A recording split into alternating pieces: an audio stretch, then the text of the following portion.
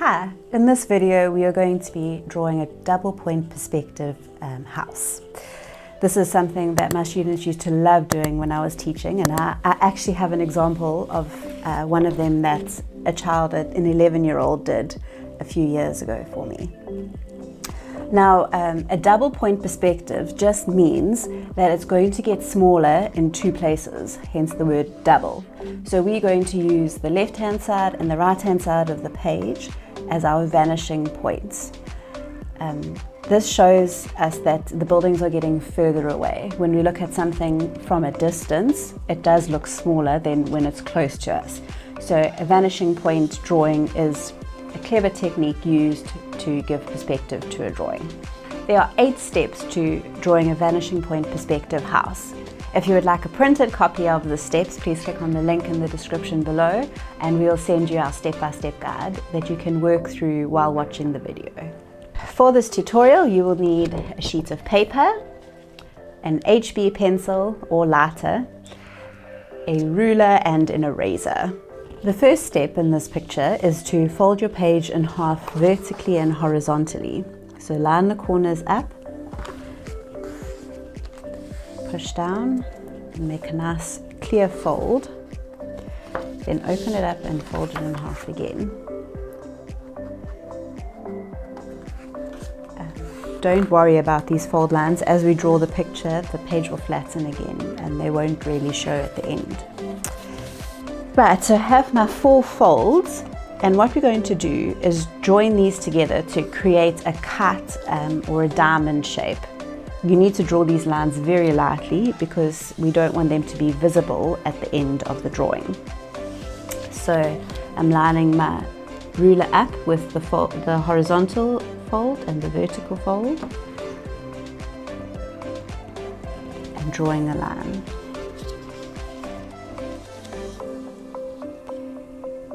Like with most pictures, getting these first few lines right will make or break your picture. So if you make a mistake in this part, it will throw off the perspective of the rest of the picture. So you really need to focus on getting this cut perfect, making sure that it lines up exactly with the fold lines and that the lines meet each other in perfect corners. In the notes, I've labeled each of the corners of the cut just to make the explanations easier. So I've named the left-hand corner, or the left hand of the page, A, the top of the page, B, the right hand is C, and the bottom is D. So you can refer back to your notes if I refer to an A, B, C, or D. Right, the first thing that we're going to do is draw the pavements of our buildings or the street corner. So you need to measure from D 1 centimeter, or if you're using inches, 1/2 inch. So 1 centimeter from each of these corner points. So 1 centimeter to the left of the point and 1 centimeter to the right of the point. Both of these lines are going to go back to A and C respectively. So this will be the lip of the pavement.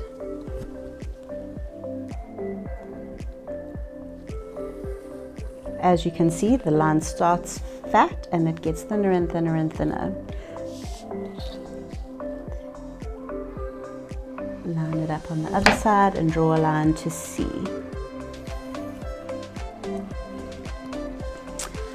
Now we're going to use this center line and we're going to measure from point D 3 centimeters up the fold line or up the middle of the page.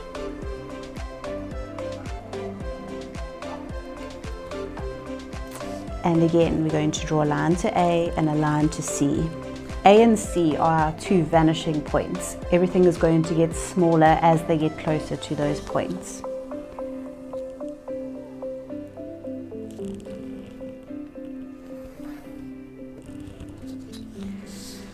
I'm turning my page to make it easier for myself to draw. So don't feel like you have to keep your page fixed in front of you and put your hands at awkward angles. move the page. Always make sure that your hands are comfortable, and then you will create a better drawing. Right, that is our second step. The third step is to build the center house, or draw the center house. So for this, from our center line, we're going to measure 8 centimeters or around 3 inches if you're using inches, up the pavement line that we've just drawn. I'm going to make a mark there, and we're going to draw a perfectly vertical line. You can even use the top of your ruler and line it up with the top of the page. Draw your line straight up. This is the golden rule of perspective drawing. Most vertical lines will go to the vanishing points, and almost all of the horizontal lines will be perpendicular. They'll go straight up the page. We're going to measure 8 centimeters towards the point C, or the vanishing point C. Again, that's around 3 inches. Line our ruler up with the top of the page and draw a perfectly vertical line straight up. Okay, those are the edges of our building, and we're going to draw the corner of our building now down that center fold. From the top of the page, point B, to the start of our pavement. There we have our center house. The next step is to draw the 2 buildings on either side. To do this, we're going to first start with the outside edge of the first building. So from point A, measure 3 centimeters or around 1 inch. Again on the pavement line, because the buildings are all starting on the pavement. And a perfectly vertical line. Line your ruler up with the top of the page. You can see I've got mine perfectly flush with the top of the page, so I know that it's perpendicular. And then from point C, we're going to measure 2 centimeters in. You could do 3 centimeters, but sometimes it's nice to have a little bit of difference in the building. If we make them both 3, it can look a little bit fake.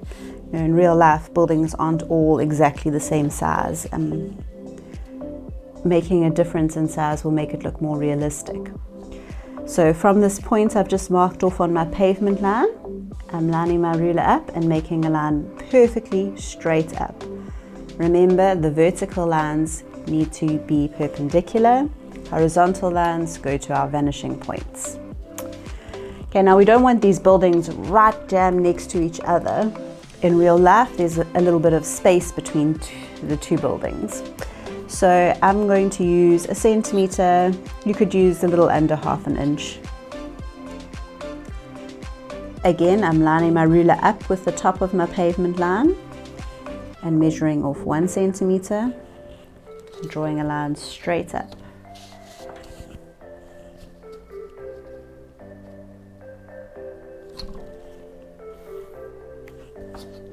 And on the other side, 1 centimeter from the center building, mark it off and a line straight up. You need to be quite precise with a perspective drawing. So take your time to line your ruler up and measure things carefully. Now earlier I said almost all lines that are vertical go straight up, and almost all lines that are horizontal go to the vanishing point. But that is not always the case. So for this building here, we know buildings are not shaped like that. Buildings are cubes or rectangles. So from the edge of the outside building, so this is our building to the left. This is the end of the building here. We're going to draw a line straight back until it reaches the center building. And that's just going to be a horizontal line.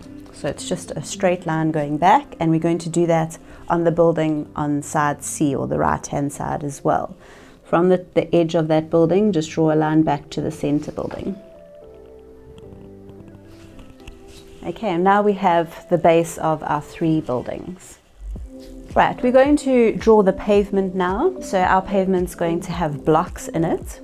What you're going to do, start from A and work down to D. Line your ruler up, and there's going to be five measurements that we mark off on this line. The first measurement is going to be at 1 centimeter, then at 3 centimeters, 6,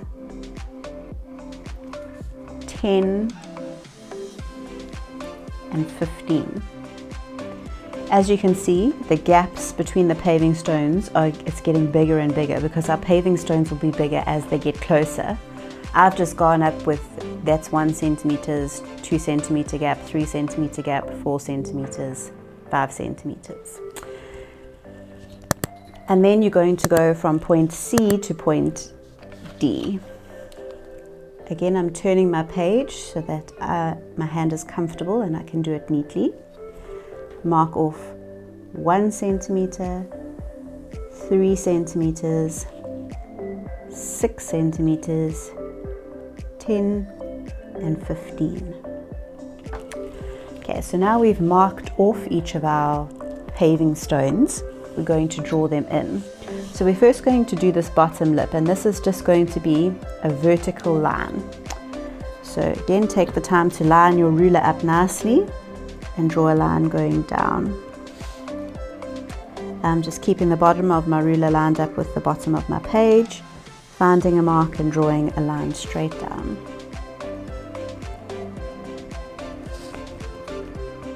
Gets a bit tricky as you get closer to point A because there's just less space to draw. You can see where I marked off 1, there's not really even room to draw the line.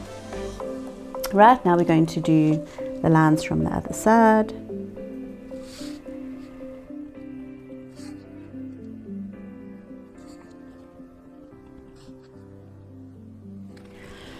Now we're going to use these marks to draw our pavers. So we're going to start from the middle and work our way to the outer edges.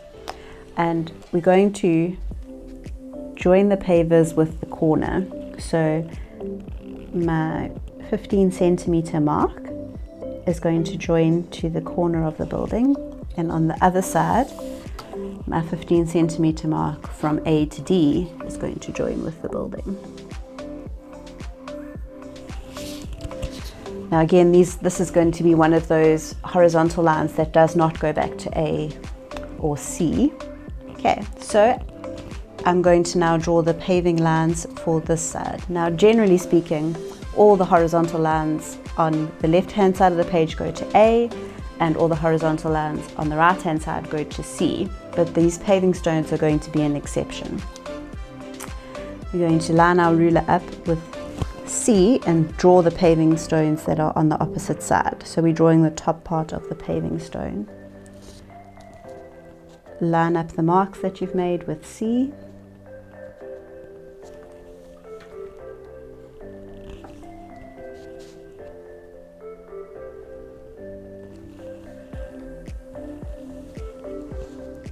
So as you can see, the angle of the line changes as you move up the page.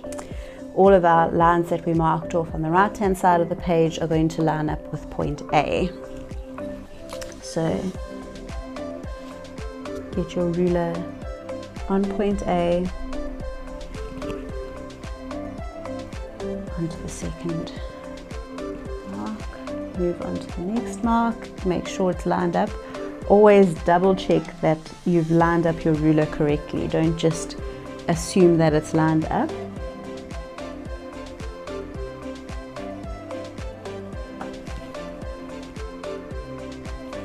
Okay, and the final one, line it up with the mark and point A. This one's going to be a bit tight. And draw our line. Now we've created our paving stones. We are now on step 6. We're going to be adding details onto the buildings that we've drawn. So we're going to start with some cornicing on the top of the buildings. To do this, from point B, going to measure 1 centimeter or about 1/2 inch down the center fold line, make a mark. and very lightly draw a line back to A. So this will be the cornicing on the buildings on the left hand side. We're now going to add the windows and the doors. So the windows and the doors are all going to start at the same height line. For this height line, we're going to measure from the bottom of the center building 14 centimeters. So where the pavement starts, up, we need 14 centimeters up. This line needs to be very light. It's just a guide line, so it's not going to be a line that we draw at the end. On the right hand side, we're going to draw this line to C. And on the left hand side, we'll draw to A. So this is going to help us draw our doors and windows. You can decorate this as you like if you're getting the hang of how a perspective drawing works, or you can follow my direction. So I'm going to make a door on the right hand side of this building, and using this line I'm going to measure 1 centimeter in, and then I'm making a vertical line up for the left hand side of the door. So again, I'm lining my ruler up with the top of the page so that this can be a perfectly vertical line. We draw a line going down. Right, I'm going to make my door 3 centimeters wide. So from this mark that I've just made here, I'm going to measure 3 centimeters, or around an inch if you're going to use inches. And we're going to draw another vertical line going down. Line your ruler up and draw it. Okay, and then using that line that we drew earlier, we have the top of our door. If you'd like to add a detail to the door, like some wooden panes going down, you could say measure off every ½ centimeter and just draw vertical lines going down. Next, I'm going to add a window. I'm going to make my window 2 centimeters wide. If you are decorating your house in your own way, just measure how much space you have left and decide. So I have 4 centimeters left on this page, and I want to have some space on each side of the window, so that's why I'm making mine 2 centimeters. So what I'm actually going to do is say there's going to be a 1 centimeter gap. I'm going to have the start of my window here, and then at 3 centimeters I'm making another mark so that I have a centimeter gap before the end of the building, because generally the windows don't go right to the corner of a building. And if, let's say, you want to make a square window, so we can make it 2 centimeters down. Right, so from this first line, I'm going to line up my ruler.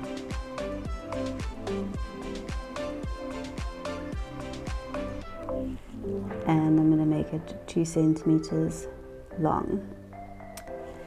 Okay, the bottom of the window needs to go back to line C. Now, I'm going to make it 2 centimeters again, so I line it up with the edge of the vertical line and with point C, and I draw 2 centimeters. Now I've drawn these 2 centimeters in, but I'm still going to just draw a light line across the outside building. This is because if we draw more windows, we want it all to be in line, on the same line. So now we've drawn ourselves 2 window lines, and we know if we draw windows on this outside building, it needs to fit into those 2 lines.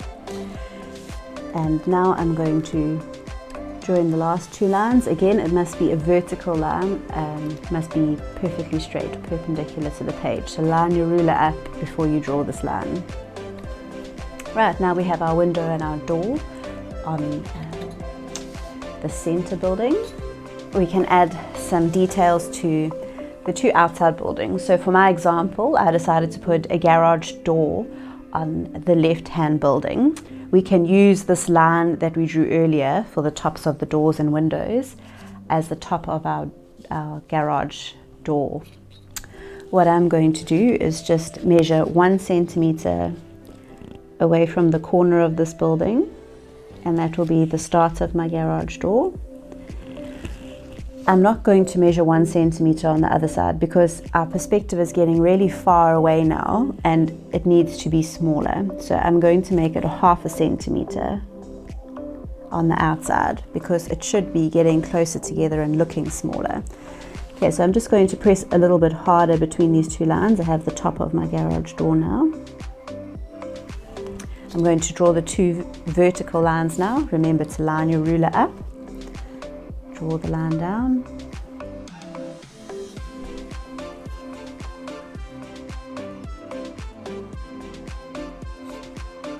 Okay, now I'm making a garage door that's got panels in it. So I've got about 3 centimeters here. What I'm going to do is mark off every 0.5 centimeter or 5 millimeters. And from those lines, I'm going to line it up with point A and draw a line to the other side of the garage. So we are even making the panels of our garage follow the vanishing point line. So keep the left-hand side of your ruler on point A and then move it down to each of those 5 mil marks that you made.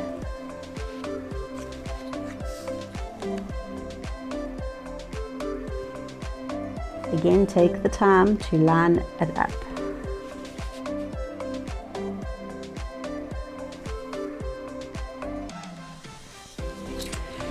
Right, on the building on the right hand side, I'm going to do a door and 2 windows.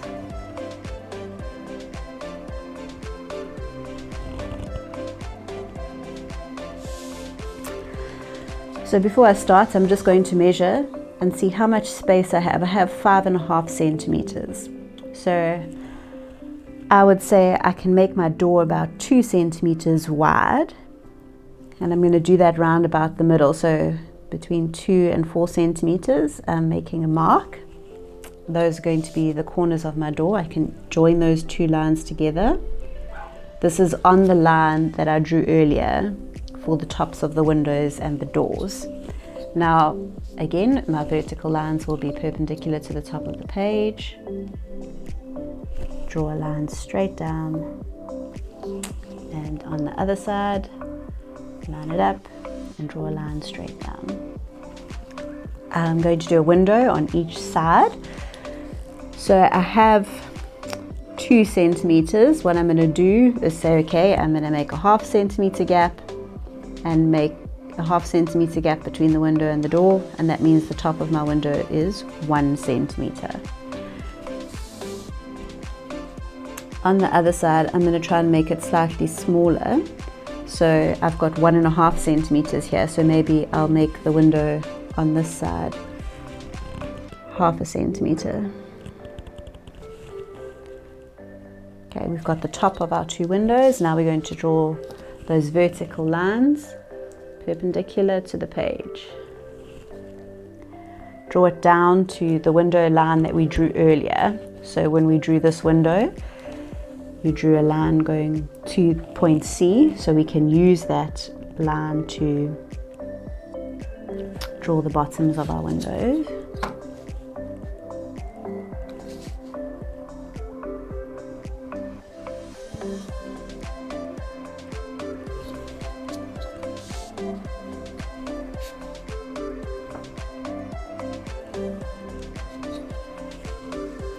Right, now that we've got the basics of our building, we can add in some shading and extra details. The first step is to rub out any lines that you won't be using anymore. So this line that we used for the top of the doors and windows, that can be erased. You should have drawn that quite lightly. The tops of the buildings also need to get erased, so we're not going to use that little section there between the 2 buildings. We need to show that they're separate buildings. The window line can be erased.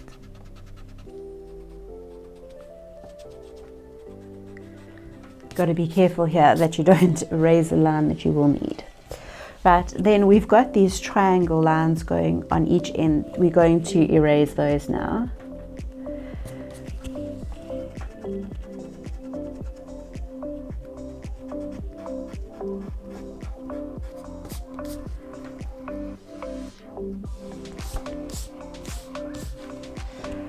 And now you can add shading as you like.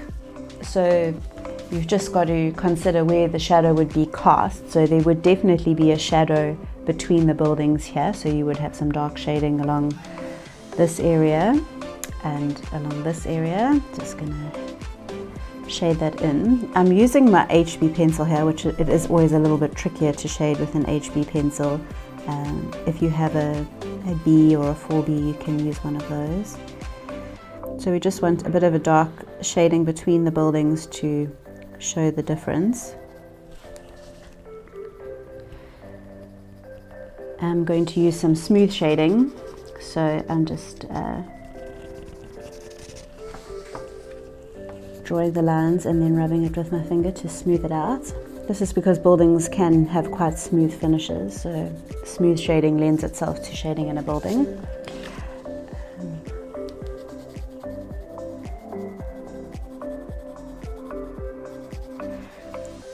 I'm using the side of the pencil so that I don't get any harsh lines that will be hard to blend later.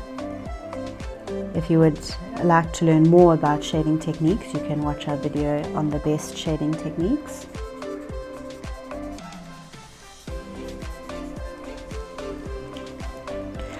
Right, you will find as you start adding the shading in, the picture makes a little bit more sense. So what I'm going to do is my door, I'm going to add some shading into the door too.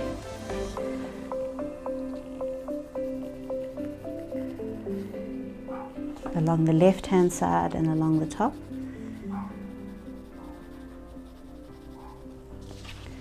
So I'm just using the side of my pencil. You can see I'm holding the pencil really high up and using the edge of, or the side of the pencil to do my shading. Then I can just use my finger. You can also use a tissue to blend the shadows out. You could do quite dark shading in this door if the door is open. If you want to neaten it up, so when I did my rubbing here, I kind of lost the sharpness of the line, and this picture is definitely a picture that needs nice clean sharp lines. So just take your ruler and draw that outline again.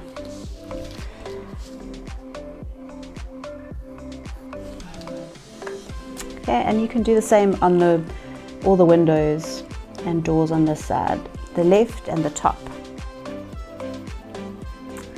You could add window frames in if you wanted to, a nice door handle perhaps, or make a little door handle there. Okay. So just the left and the top of all of the buildings. If you do want to draw a window frame, you need to remember to make your vertical lines perpendicular to the page and your horizontal lines go to the two vanishing points. So for example, let's do some window frames here. This is 2 centimeters, so I'm going to say roughly halfway. We'll just make a little square one. Because our windows are all lined up on the same window lines, if I line up this midpoint with point C, I can technically just draw the horizontal window frame for each of the windows, and then just find the midpoint of the windows individually and draw a vertical line lined up with the top of my page for each of those.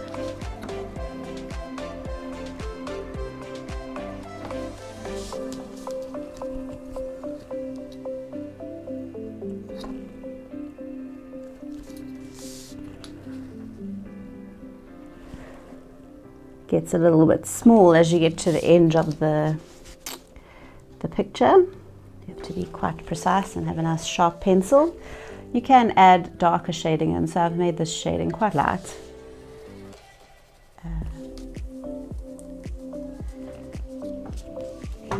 Alright, so you can add some shading onto the garage door now. Because this is on the other side of the street, I'm going to make the darker shading on the right-hand side instead of the left. So all of the buildings on this side had it on the left and the top. This is the opposite side, so I'm going to make it the right and the top. That's because for this picture, we're assuming that the light is just coming from the front, from the center of the page.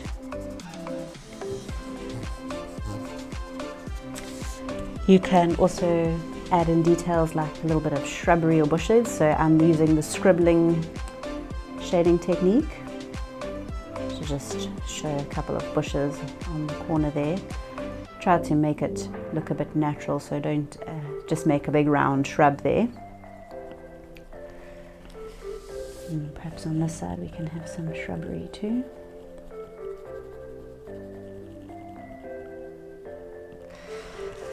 And then the cornicing that we drew along the top of the houses, you can add a bit of shading there, because usually cornicing, it's raised from the wall, so it will cast a shadow on the top of the wall.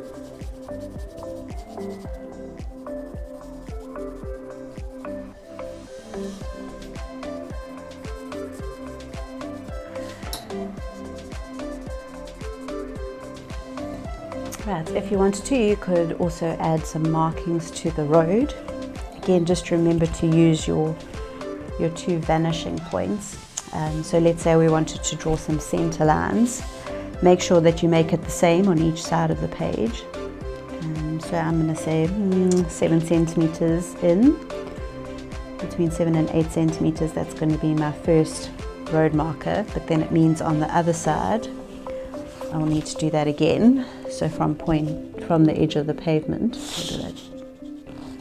we'll measure out 7 centimeters and then make it 8 centimeters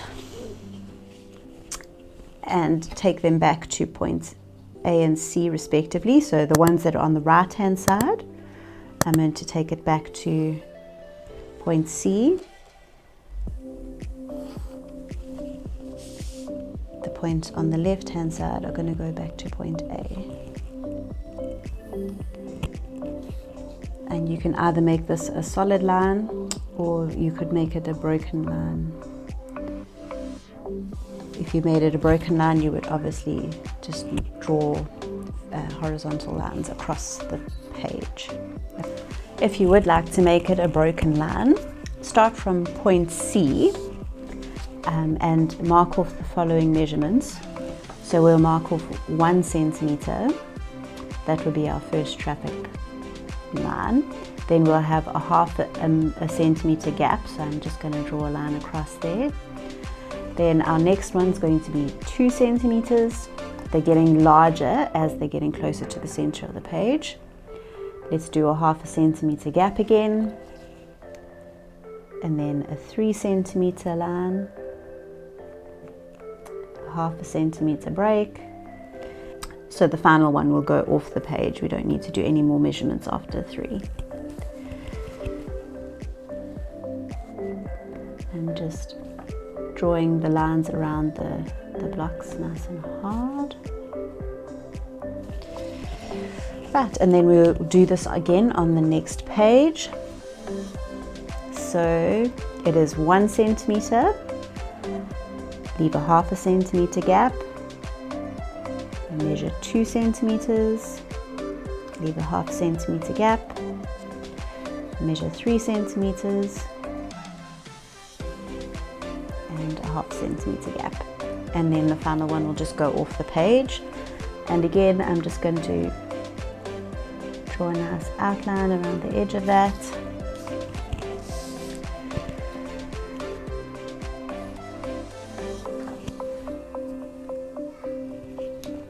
Okay, and we'll erase any lines we don't need anymore from those half centimeter gaps. Roads are generally made of tar, and they would be much darker than buildings, so you should definitely use a darker shading pencil to shade that in. I'm just going to colour over it with my 4B, shade the road in.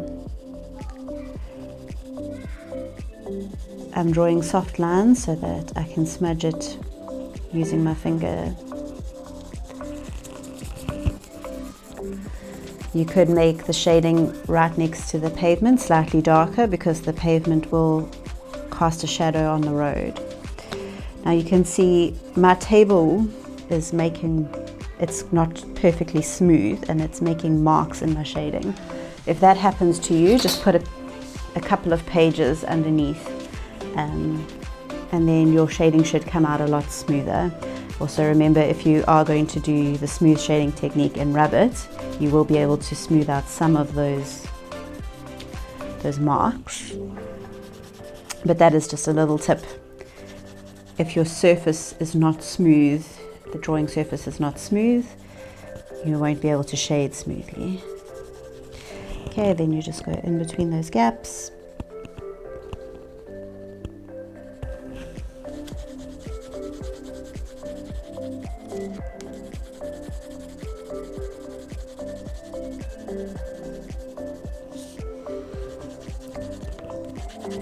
You can make your shading lighter as you get towards the edge of the page. It will help draw people's eye into the building, which is the focus of your drawing. So that's a little trick. A good drawing should always have a focal point that draws people in, and by making it darker around the building and lighter as you go out, it draws your eye in. Okay, again, and just rub your finger over it. Don't worry if it's not perfectly smooth, because a road is not perfectly smooth. Again, some shading on the other side, quite a bit darker along the pavement line, and it can get lighter as it goes out.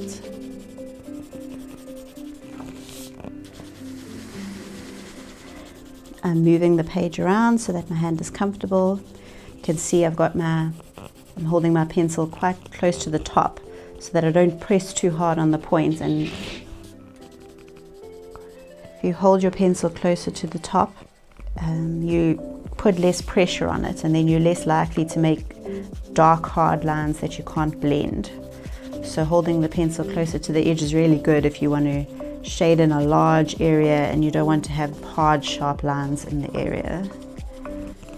You can also shade quite a bit faster holding it at the top. You have a wider arc.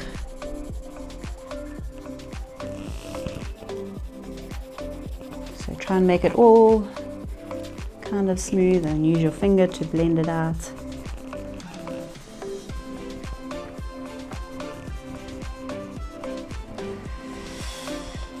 Could also add a small amount of shading along the bottom of the buildings onto the pavement and between the pavement lines. This bottom lip would also need a little bit of darker shading. It shouldn't be as dark as the road because you want to show a difference between the pavement and the road.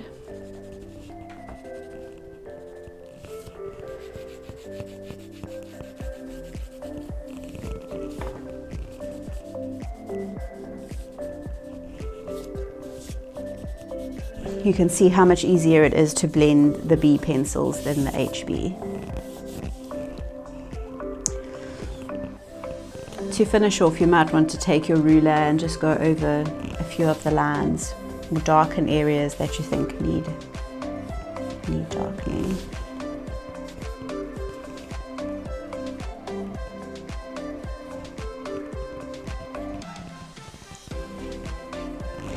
Erase any lines that are looking messy.